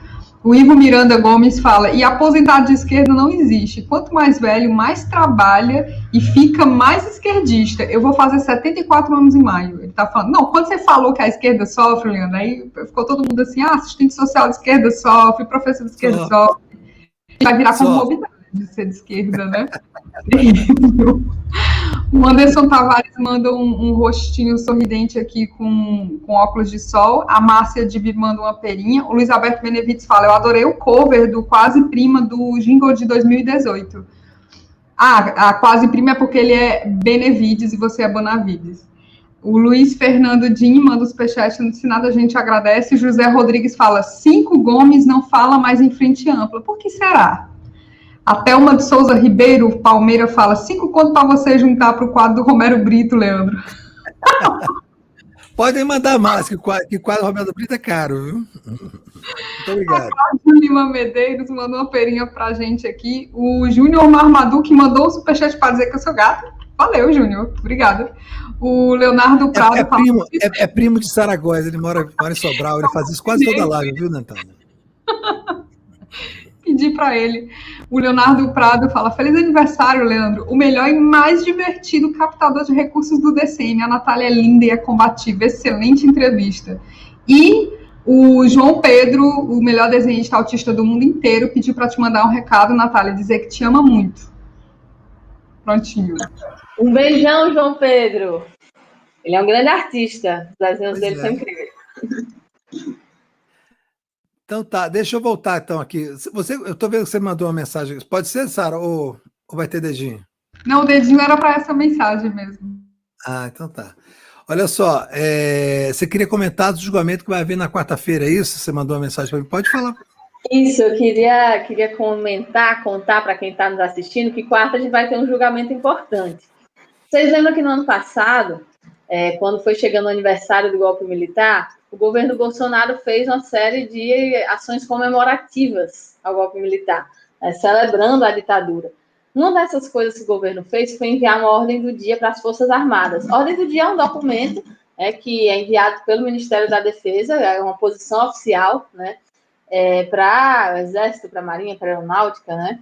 E nesse dia, né, eles usam o 31 de março, né? A gente sabe que o aniversário do golpe é 1º de abril, mas que eles comemoram no 31 de março. E nessa ordem do dia tinha uma série de atrocidades do tipo dizer que o golpe militar foi um marco para a democracia brasileira. E aí, Leandro, eu entrei com a ação popular, primeiro para essa ordem do dia sair do ar, né, ficar indisponível no sentido de direção às Forças Armadas, e segundo, para que o governo tivesse que se abster de fazer outras medidas do tipo, ou seja, de comemorar o golpe militar. E aí nós conseguimos uma liminar, né, na época, para a ordem do dia sair do ar e para o governo se abster de novas comemorações do golpe militar. Vocês sabem que na ação judicial tem as liminares, que são decisões provisórias, e tem a sentença, que é uma decisão mesmo. A liminar, na época, o presidente do STF, Toffoli, ele reverteu. Ele chegou a falar em liberdade de expressão. Daqui a pouco a gente comenta sobre esse conceito de liberdade de expressão para celebrar a ditadura. Mas aí depois a gente conseguiu uma sentença. Então, hoje, atualmente, dia 15 de março, o governo Bolsonaro está proibido de celebrar o golpe militar, né, de fazer comemorações oficiais, de, enfim, usar os meios de comunicação do governo oficiais para isso. Só que o dia 1º de abril está chegando de novo, né? Então, veio a pauta, vai entrar em pauta quarta-feira, o julgamento do recurso deles. Ou seja, o governo Bolsonaro recorreu contra a sentença que a gente conseguiu, recorreu para ter o direito de comemorar o golpe militar, né? Imaginem, se fala em liberdade de expressão, mas a própria jurisprudência do STF, ela é bem tranquila em relação a isso. Aqui tem certas coisas que não são abarcadas pela liberdade de expressão. Por exemplo, discursos racistas, né? E esse discurso de apologia à ditadura, a tortura, é uma dessas coisas que não é protegida pela liberdade de expressão, não é abrangida, porque ela viola outros direitos. Além disso, é um discurso que distorce fatos históricos, né? E o STF também, já uma vez, vetou a publicação de um livro que negava o Holocausto, dizendo que não é possível a disseminação de informações que desmintam fatos que incontroversamente aconteceram, como é o caso da ditadura no Brasil. A nossa própria Constituição, ela prevê, por exemplo, reparação aos anistiados. Tá? A nossa Constituição, ela reconhece que teve um golpe, que teve uma ditadura militar. E aí, há alguns dias, Leandro, para terminar de explicar o que é essa ação, o que vai ser esse julgamento, há alguns dias começou esse julgamento do recurso deles. E aí, a gente começou perdendo, né? Eram 3 desembargadores, 2 acharam que o governo podia fazer isso e um que não. E aí, como não foi consensual, quarta-feira vai ser o julgamento ampliado, né? Vão ser 6 desembargadores do Tribunal Regional Federal da 5ª Região, que é, né, em Recife, é onde nossa ação, o recurso deles vai ser julgado, e eles vão decidir se o governo pode usar os meios de comunicação oficial, o que inclusive representa gasto de dinheiro público, para celebrar a morte. Então, esse está sendo o mote dessa campanha que a gente começou ontem de noite, vai fazer até quarta, que não é hora de comemorar a morte, né? E que o governo comemora a morte, é hora de defender a vida. A gente está no meio de uma pandemia, né? São dezenas de milhares de brasileiros que estão morrendo por causa da postura genocida do governo, e o governo está preocupado em garantir seu próprio suposto direito a celebrar torturador, a celebrar a ditadura militar que matou brasileiros, que estuprou brasileiras, que escondeu corpos, que até hoje esses cadáveres estão por aí, que famílias não tiveram direito a enterrar seus entes queridos, como é o caso do Fernando Santa Cruz, né, o pai do presidente da OAB, como é o caso do Luiz Maranhão, aqui do nosso Rio Grande do Norte. Então, em vez de a gente defender a vida nesse momento da pandemia, o governo está querendo comemorar a morte. E aí, quarta-feira, Leandro, eu queria pedir apoio para todo mundo que estiver assistindo a gente, para, se puder, né, entrar nas nossas redes, para ir pegando material dessa campanha que a gente vai soltar aos pouquinhos, que ajude a gente a compartilhando, curtindo, mobilizando. Eu tinha pedido para a Sara para hoje eu falar dessa ação, porque, assim, é uma ação que vai ser difícil, né? Não está dado que a gente consiga uma vitória na quarta, mas a gente vai até o fim, né? A gente vai até o fim. Se a gente perder no TRF, vamos para o STJ, para o STF. Se a gente perder no STF, a gente vai para a Corte Interamericana, que inclusive já condenou o Brasil nesse tema, e que tinha como um dos termos dessa condenação que deveria haver medidas que educassem as Forças Armadas no sentido do respeito à democracia.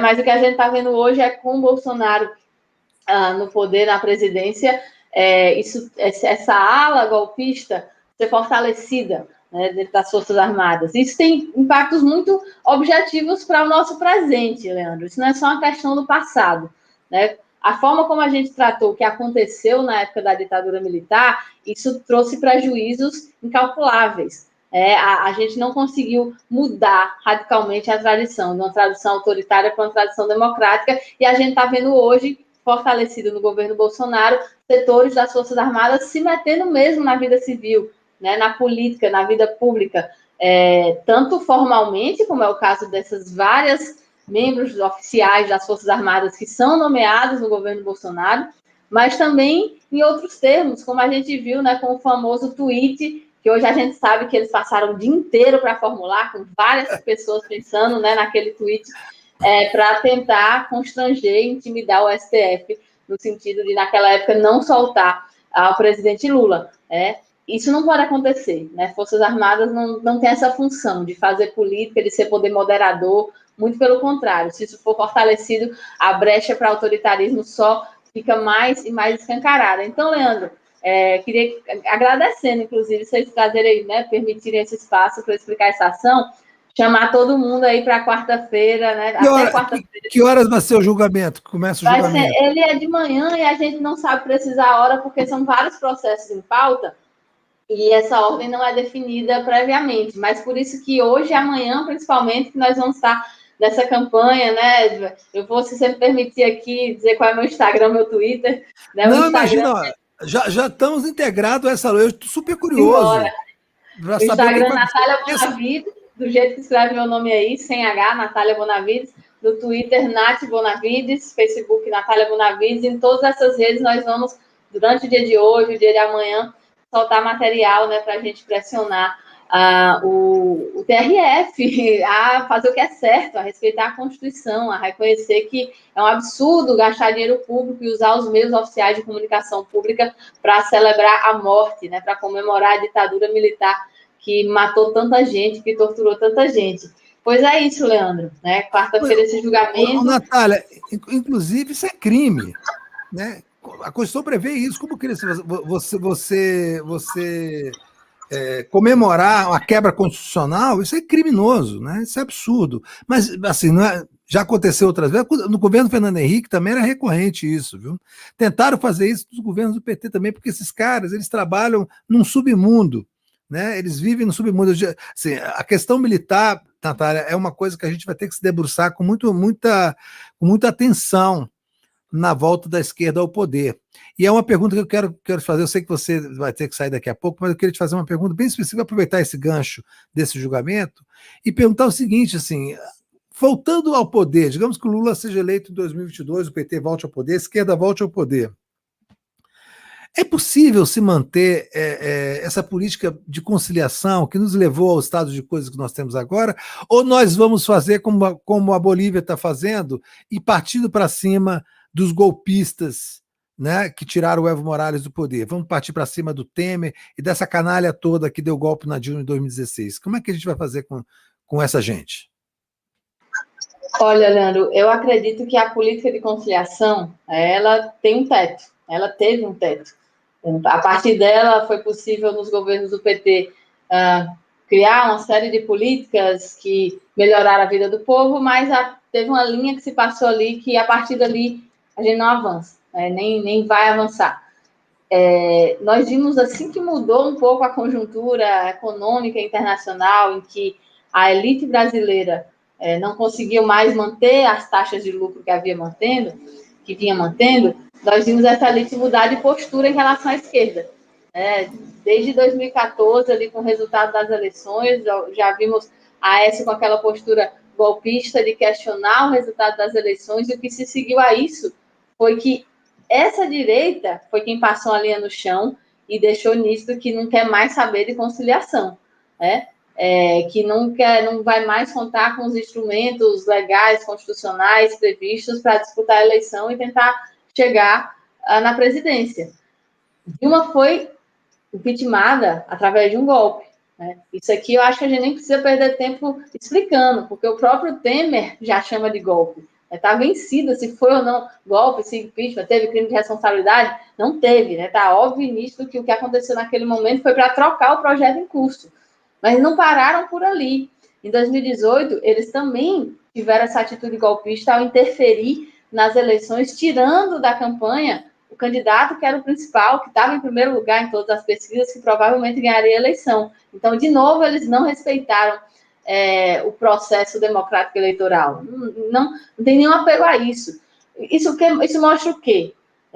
Que essa linha do chão foi passada e que não tem conciliação com essas pessoas. Nem se a esquerda quisesse, que eu não acho que devia, nem se a esquerda quisesse, não existe mais o que pensar que esse gesto vai ser feito do lado de lá. Olha o que aconteceu nas eleições da mesa diretora da Câmara. A esquerda, em sua maioria, apoiou a candidatura da direita, a candidatura do Baleia Rossi, porque seria supostamente uma candidatura que se contrapôs a Bolsonaro. A maioria dos parlamentares da direita foi para onde? Foi para onde mesmo? foi para a candidatura mais bolsonarista, que foi a candidatura de Arthur Lira.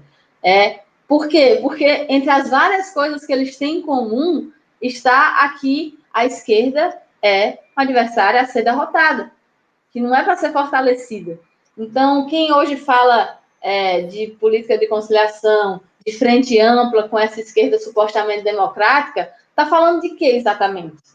É de um desejo, talvez? É de uma miragem que a gente fica olhando, e quando vai andando, ela nunca está ali, porque, na verdade, esse setor, Leandro, ele não quer conversa com a gente, não. Eles sabem exatamente o que querem para nós, é nos isolar, interditar o debate das nossas ideias e nos deixar com cada vez menos protagonismo em qualquer debate público. Então, eu não acho que através da política de conciliação de classes a gente consiga voltar a governar o país, a vencer eleições. Eu acho que é momento de mais e mais defender o programa que é o programa certo a ser defendido, né? É o programa de ampliação de direitos, de acabar com a fome, de fortalecer os serviços públicos dos quais dependem a maioria da classe trabalhadora, como o Sistema Único de Saúde, como o Fundeb, a educação pública.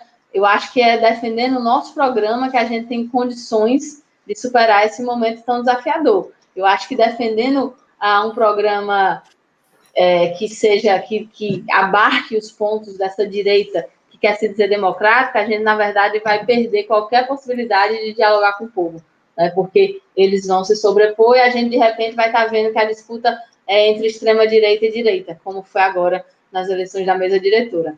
Então, essa é a minha avaliação, né, que nos poucos minutos que nos restam, que essa política de conciliação sequer é uma opção hoje, né? Nem se a esquerda quisesse, isso ia acontecer, porque a direita já passou essa linha no chão e não quer conversa com ninguém, não.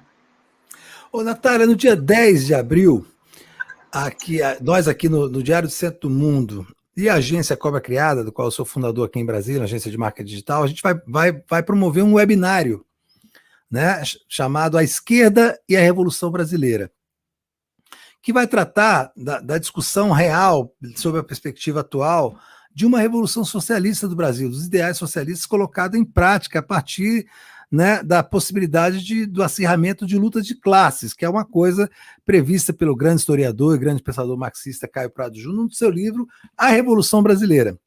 E eu queria saber de você, se você tem no seu radar a possibilidade, além da questão eleitoral, além da volta do Partido dos Trabalhadores ao poder, da possibilidade, sim, de uma revolução socialista no Brasil, de um novo passo, além do reformismo tradicional da esquerda brasileira, para um passo revolucionário. Você acha possível, torce por isso, se engajaria numa luta como essa? Leandro, eu acredito que está cada vez mais nítido, né? A cada ano que passa fica mais nítido o quanto o capitalismo não nos serve, o quanto não existe, né? Não tem avanço que seja duradouro, não tem conquistas dos trabalhadores que se mostrem duradouras sob os marcos capitalistas. E não existe a possibilidade de superação de quaisquer das opressões que a gente vive hoje nos marcos do capitalismo. Sabe por quê? Porque o machismo é muito funcional para o capitalismo. O racismo é muito funcional para o capitalismo. É muito funcional para o capitalismo que esses setores da população, eles tenham ali, na divisão social do trabalho, determinadas funções que permitam que o capitalismo funcione enquanto o trabalho reprodutivo é feito pelas mulheres sem remuneração, enquanto a população negra fica sujeita às piores condições de trabalho, de acesso a direitos, como acontece hoje no nosso país e em tantos outros. Então, assim, não tem, é indefensável, né? Sob o sistema capitalista não existe libertação da classe trabalhadora, vai ter sempre um teto qual é impossível passar, porque para o sistema capitalista continuar existindo, necessariamente essas opressões precisam ser mantidas, a classe trabalhadora precisa seguir sendo explorada, isso só se aprofunda mais, né? Ano após ano, a gente vê o quanto a exploração da classe trabalhadora, nos países em geral, os estados estão buscando mecanismos para aprofundar essa exploração. Aqui no Brasil, foi teto dos gastos, reforma trabalhista, reforma da Previdência, tudo isso para explorar mais as pessoas. e a própria exploração do meio ambiente, né, que é outra questão fundamental, que se busca sempre um desmonte de qualquer política para poder explorar mais e mais também os recursos naturais. Então, eu estou de acordo com quem acredita que não existe classe trabalhadora livre dentro do sistema capitalista. E sou socialista mesmo.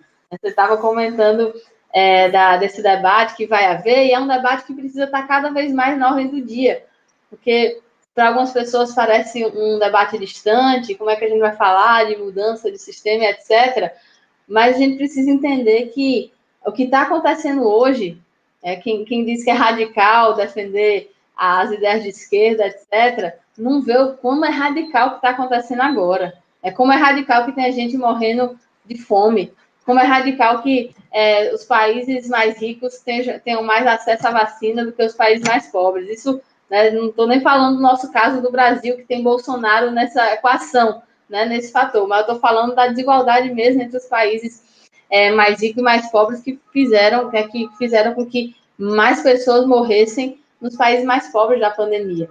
Então, esse debate sobre a mudança do sistema, ele está na ordem do dia mais do que nunca, porque as pessoas estão morrendo, as pessoas estão ficando doentes, e sobre esse sistema que vive hoje, tudo isso é funcional, faz parte não é que o capitalismo não funcionou, é que ele está funcionando exatamente para aquilo ao que se propõe.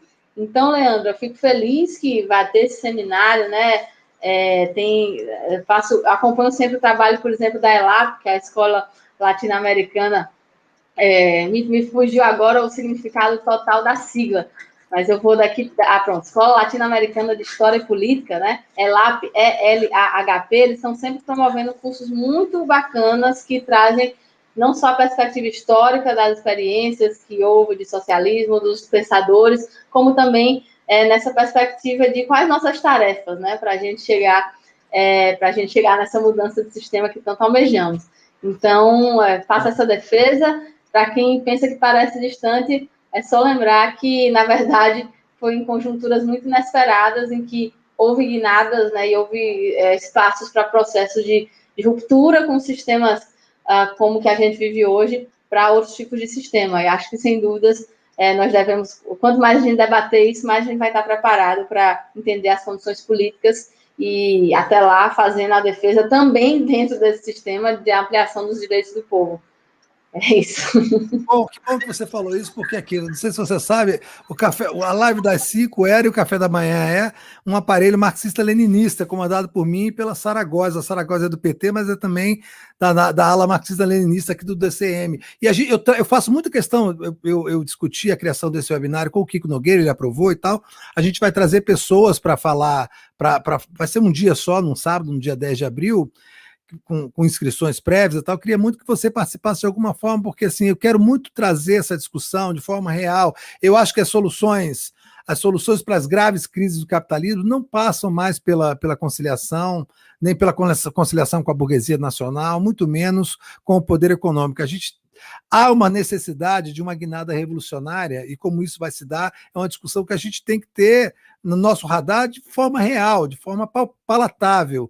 Eu fiquei muito feliz com essa sua declaração, porque dentro do PT eu localizo cada vez mais pessoas com essa visão socialista, e assim, eu fico talvez eu não viva para ver, mas eu fico muito, muito feliz com a possibilidade de que novas gerações, como a sua, Natália, façam o PT resgatar a sua origem socialista e fuja um pouco dessa vibe reformista, que foi necessária, claro, que historicamente foi necessária. A gente trabalha com dialética e com materialismo histórico. A gente sabe que em certos momentos é preciso ter uma visão tática da política e não apenas idealista. Mas eu acho que é importante resgatar essa vibe revolucionária. Eu tenho a impressão que você e que outras pessoas do PT vão ser capazes de resgatar essa visão socialista que está na origem da criação do PT.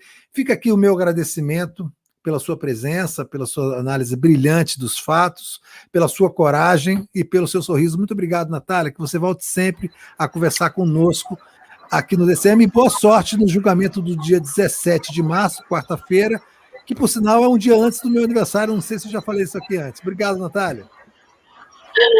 Obrigada, Leandro. Parabéns antecipados. Se a gente nos falar até lá. Obrigada, Sara, pelo convite. Obrigada a cada um que assistiu, que acompanhou aqui. Obrigada pela oportunidade também da gente falar dessa ação. Se liguem nesse julgamento que vai ter quarta-feira. Hoje e amanhã nas nossas redes a gente vai divulgar bastante material. Instagram, Natália Bonavides. Twitter, Nath Bonavides. Facebook, Natália Bonavides. Um cheiro, boa semana. E obrigada, Leandro. Até mais. Obrigado, Natália. Um beijo grande para você. Tchau, tchau. E eu continuo aqui com Sara Góes. Sara Góes.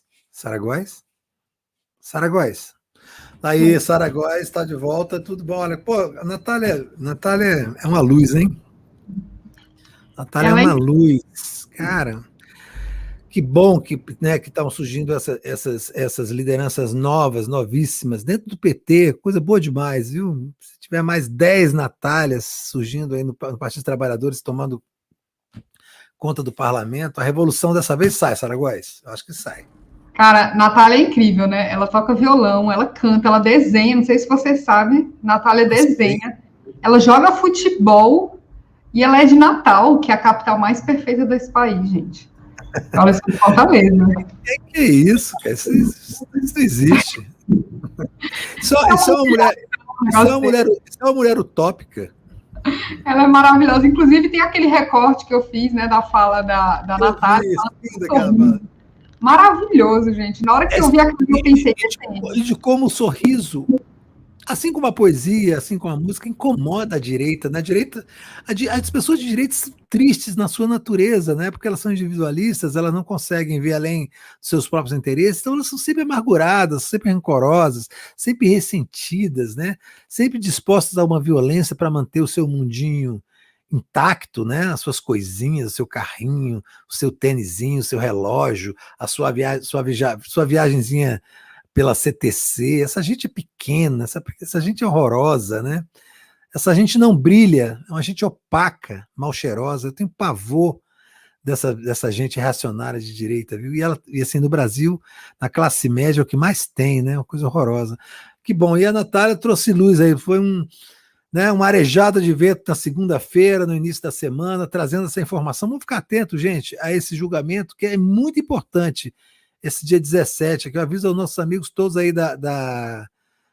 do DCM, que é uma pauta interessantíssima essa, né? Esse julgamento dia 17, no Tribunal Regional Federal em Recife, que vai proibir, se tudo der certo, vai proibir o Bolsonaro de usar as redes de comunicação oficiais, estatais do governo, para propagar essa imbecilidade que foi o golpe de Estado de 1º de abril, mas que ele comemora o dia 31 de março, porque tem vergonha de ter dado um golpe de Estado no dia da mentira. A ironia da história, ela é muito forte, né? Então, assim, eles comemoram o 31 de março como se fosse um marco pela democracia. Essas pessoas, esses cadáveres têm que ser enterrados, viu, gente? Não é possível, tem que ter uma nova geração de militares que pare de comemorar essa merda e entenda que isso foi um enorme retrocesso de violência, um retrocesso social para o país. Só que, como eles estão por conta própria, eles ficam uma geração alimentando a outra com isso. Por isso que vai ter que haver, ou num processo reformista, ou num processo revolucionário, tanto faz, uma intervenção muito, muito, muito assertiva na formação dos militares brasileiros, para que não se comemore, para que pare de surgir generais como Eduardo Pazuello, general Heleno, esses generais que só envergonham as Forças Armadas e o Exército Brasileiro e nos coloca assim, como caricaturas para o mundo, como se fosse uma república de bananas. É uma tristeza. Muito, muito legal a Bonavides estar aqui, né? Dia 17 de março vai ter esse julgamento, um dia antes do meu aniversário, que é dia 18 de março. Não sei se eu já falei isso aqui, mas não custa reiterar, porque a minha intenção é amanhecer o dia 18 de março aqui, eu e Sara Góes. Não quero presentes, não quero nada, quero só muitos membros. Seus Blumentos e Alcimari, perfeito. Muitos membros, muitos superchats, iniciar assim, né, as comemorações pelos meus 55 anos de vida, começar com muita interação e muita paz, né, e muita esperança aqui na quarta-feira, que vai ser, acho que com o Bob Fernandes, é isso, Sara, na quarta-feira? Bob Fernandes, se não acontecer outra loucura neste país, né, porque o Cabo escreve muito, Além de tudo, vou estar aqui, provavelmente, com um dos maiores e mais interessantes jornalistas do Brasil, que é o jornalista Bob Fernandes, que também é baiano de coração, é baiano, né? Também é cepa de soteropolitana, que leva alegria e informação para todo mundo há muitos anos, como o grande jornalista que ele é. Leandro Calpazzoli, quero fatiado, né? Já retirado parte da gordura, porque eu estou de dieta, então tira a maior parte da gordura, traz fatiado, e eu faço um churrasco aqui, eu ofereço aos cães na rua que eles merecem comer, né? Um suculento ministro da Defesa ao ponto. Da defesa, não. Da defesa não, da saúde. Administrador de almoxarifado. Exatamente, almoxarife. É isso, Saragóis. Tem superchat pendurado, Leandro. Enquanto está pendurado, está chegando mais superchats. Por favor, gente, lembrando que importante mesmo, né? Quer dizer, mais importante tudo, a gente tenha novos membros e mais pessoas aqui participando com a gente integralmente da nossa luta, da nossa trincheira e da guerra que começou. Estou esperando só a Saragóis terminar o projeto gráfico do meu anti-Tio Sam, que eu quero que todo mundo se aliste na guerra política que começou com o resgate dos direitos políticos do Lula. Então, eu quero membros, mas quero que as pessoas pensem em se alistar aqui no DCM para essa luta. Por favor, hein? Saragóis. Vamos nessa. O José Rodrigues fala assim, olha, isso aqui é polêmico. O nosso alvo tem que ser o Ciro, visto que a mídia e direita vai com ele. Se perceberem que o Bozo não vai para o segundo turno, se perceberem que o Bozo não vai para o segundo turno, o que vocês acham? O Lula tem que vencer o primeiro turno. Aí ele pergunta a nossa opinião. Eu, vou ser sincera, eu fico um pouco confusa quando o assunto é Ciro, porque vocês sabem que eu não gosto do Caba, né? Eu tenho praticamente uma alergia a ele. Então eu perco um pouco da racionalidade. A impressão que eu tenho é que ele é sempre meu alvo, mas eu posso estar exagerando. O que você acha, Leandro? Olha, eu acho que o Ciro, desde sempre, e agora mais do que nunca, Sara, você tem razão, ele vai estar se colocando como opção de centro, né, nessa narrativa absurda e criminosa da mídia de que Bolsonaro e Lula são expoentes do radicalismo, né, são dois lados da mesma moeda, e o Ciro Gomes vai querer entrar nessa como se fosse o candidato de centro. Estão falando até numa chapa Ciro Mandetta, né? Ciro Mandetta, que é uma vergonha, né? O Ciro Gomes perdeu completamente o prumo, os escudos, depois que ele usou o Dia Internacional da Mulher para chamar a presidenta Dilma de aborto, esquece. Porque essa é uma declaração de caráter, não é só uma declaração política equivocada, é uma declaração de caráter. Ele está mostrando quem ele é e do que ele é capaz para chegar ao poder. Ele está tentando cooptar essa ala bolsonarista, né, podre, né, escrota, e junto com essa direita que está perdida, não quer votar no Lula, mas também não quer votar no Bolsonaro, e aí vai se agarrar a qualquer âncora que for lançada pela mídia para poder votar. Então, Ciro Gomes, olha, para mim, assim, só numa situação extrema de acontecer algum problema, o Ciro ser o candidato contra o Bolsonaro, porque aí também não tem jeito. Mas fora disso, cara, Ciro Gomes, para mim, tá morto. Esquece Ciro Gomes. Morreu em Paris. Eu nem vou comentar nada, porque esse final de semana eu recebi tanto carinho de cirista que eu vou dar um tempinho aqui. O Luiz Carlos Lima mandou um superchat, não disse nada, mas a gente entendeu.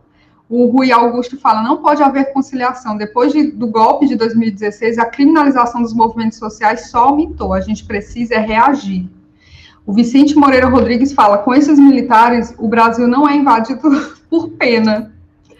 Inclusive, tem um recorte do Leandro sobre militares, eu sugiro que vocês vejam. Acho que tem 4 minutos, é um vídeo bem curto, sugiro que vocês vejam, gente. O Renato Ribeiro fala, Sara e Leandro, as esquerdas não conseguem ser eficientes nas redes e retomar as periferias. Deixa eu ver se eu pulei algum aqui. Você viu que a Georgia Lima está te dando os parabéns. E pois eu vi. Você é super signo. É isso, nós piscianos, antes não faz nenhum sentido, mas nós piscianos são todos com tendências comunistas, socialistas, esquerdistas. Muito bem. O Leandro, o signo dele é dinossauro, ele já falou aqui. O meu signo é Mútuo Costa. O meu signo é tão ruim, assim, é o pior de todos, que eu evito até falar porque afasta as pessoas.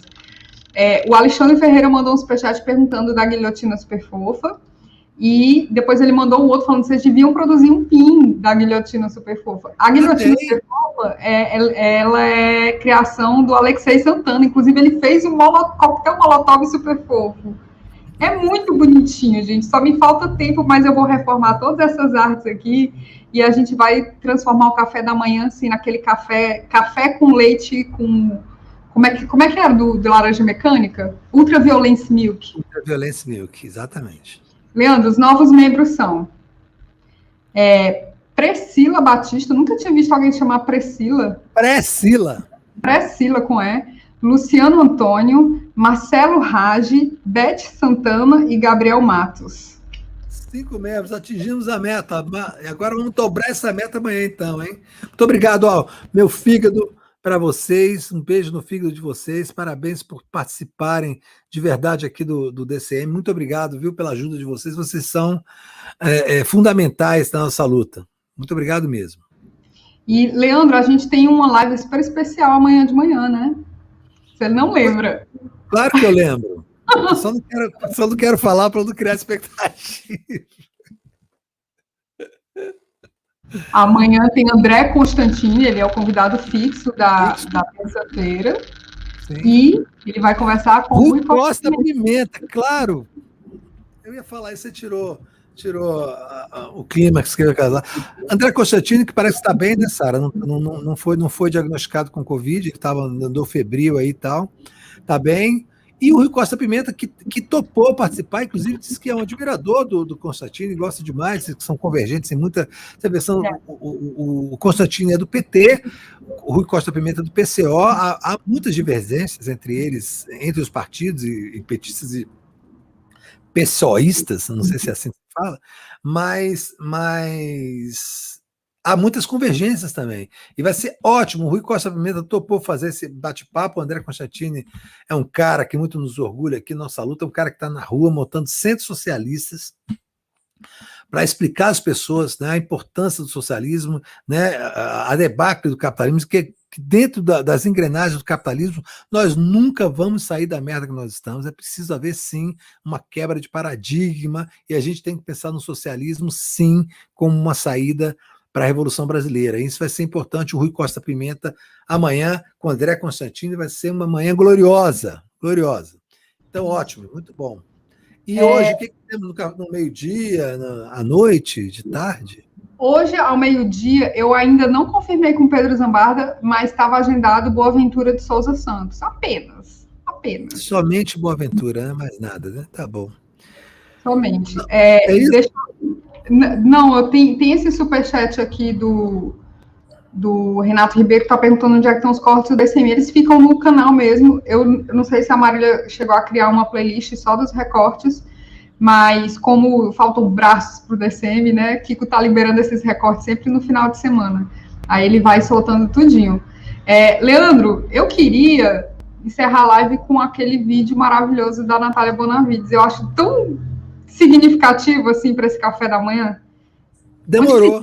Por sorrir. Demorou. Vamos colocar aqui, então já fica aqui a minha despedida. Muito obrigado, Sara Góes, por tudo, como sempre. Vamos começar bem essa semana, segunda-feira. Começamos super bem com essa entrevista maravilhosa com a Natália Bonavides. Obrigado a quem mandou superchat, super sticks, aos novos membros. Meu fígado presente para vocês todo dia, toda hora, todo momento e todo lugar. Um beijo, gente. Passa aí. Roda, Sara Góes. Só para te entregar, Vinícius estava comentando na super live de domingo, que, na verdade, você criou todo um conceito aí para falar do fígado, porque você não sabe fazer isso aqui, ó. Esse é um tema superado. Então, vamos nessa. Gente, cheiro, brigadão. Tchau, tchau. Tchau. Muita gente comenta do meu sorriso, elogia meu sorriso. E vocês sabem quanto isso incomoda quem é de direita? É uma coisa tão simbólica. Quando eu era vereadora, tinha um vereador que gostava muito de brigar comigo. E aí, uma das coisas que ele falava quando ia falar mal de mim era ela fica ali com aquele sorriso. Aí tinha um jornalista também que não gostava nada de mim, que quando escreviam as matérias me esculhambando, aí falava, parece muito gente boa com aquele sorriso. E aí eu percebi, gente, a direita se incomoda muito com o meu sorriso. E faz todo sentido, né? Porque eles me veem sorrindo, eles devem achar que, mesmo no momento tão duro da conjuntura, que eu sei que a gente vai dar a volta por cima, vai virar essa página da história, né, e vai conseguir derrotá-los, né? Se ela está sorrindo é porque ela acha que pode derrotar a gente. Eles estão com esperança ainda, mesmo depois de tudo que aconteceu. E é isso mesmo. Por isso que eu continuarei sorrindo para lembrar que a luta da classe trabalhadora ainda vai fazer a gente virar a página da história que a gente está vivendo agora. A gente vai vencer e vai ter muito o que comemorar.